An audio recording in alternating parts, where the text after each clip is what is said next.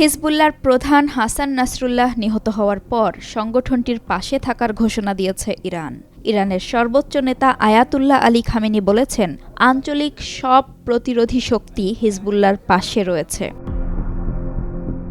সিএনএনের এক প্রতিবেদনে বলা হয়, কয়েকদিন ধরে লেবাননে হামলা চালাচ্ছে ইসরায়েল।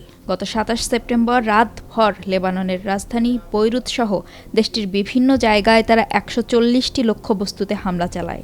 এরপর ২৮ সেপ্টেম্বর সামাজিক যোগাযোগ মাধ্যম এক্সে এক পোস্টে ইসরায়েলি সামরিক বাহিনীর পক্ষ থেকে হাসান নাসরুল্লাহ নিহত হয়েছেন বলে দাবি করা হয়েছিল। খামেনি বিশ্বের সব মুসলমানকে তাদের যা আছে তাই নিয়ে ইসরায়েলকে মোকাবিলার আহ্বান জানিয়েছেন।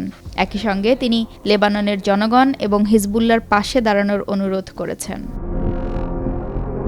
হিজবুল্লাহ লেবানন ভিত্তিক সংগঠন হলেও তারা ইরানপন্থী হিসেবে পরিচিত। এ অঞ্চলে ইয়েমেনের হুতিসহ আরও কয়েকটি সশস্ত্র গোষ্ঠীর প্রতি তেহরানের সমর্থন রয়েছে।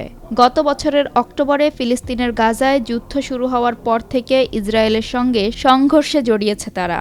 তবে বর্তমানে ইসরায়েল হিজবুল্লাহর সংঘাত চরমে পৌঁছেছে। লিখিত বিবৃতিতে আয়াতুল্লাহ আলী খামেনি বলেন, হিজবুল্লাহর উল্লেখযোগ্য কোনো ক্ষতি করার জন্য ইসরায়েল খুবই নগণ্য। এই অঞ্চলের ভাগ্য নির্ধারণ করবে প্রতিরোধী শক্তিগুলো। এই শক্তির শীর্ষে রয়েছে বিজয়ী হিজবুল্লাহ। নিজেদের সবকিছু নিয়ে লেবানন ও হিজবুল্লাহর পাশে গর্বের সঙ্গে দাঁড়ানো সব মুসলিমদের জন্য বাধ্যতামূলক। ইসরায়েল জানায়, হিজবুল্লাহর কমান্ড সেন্টারে সংগঠনটির নেতা হাসান নাসরুল্লাহ সহ অন্য নেতাদের লক্ষ্য করে এই হামলা চালানো হয়েছে।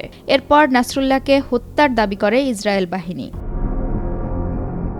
গত সপ্তাহ থেকে দক্ষিণ লেবাননে ব্যাপক হামলা চালিয়ে যাচ্ছে ইসরায়েলি বাহিনী। এতে দেশটির নারী ও শিশুসহ ৭০০ জনেরও বেশি মানুষের মৃত্যু হয়েছে।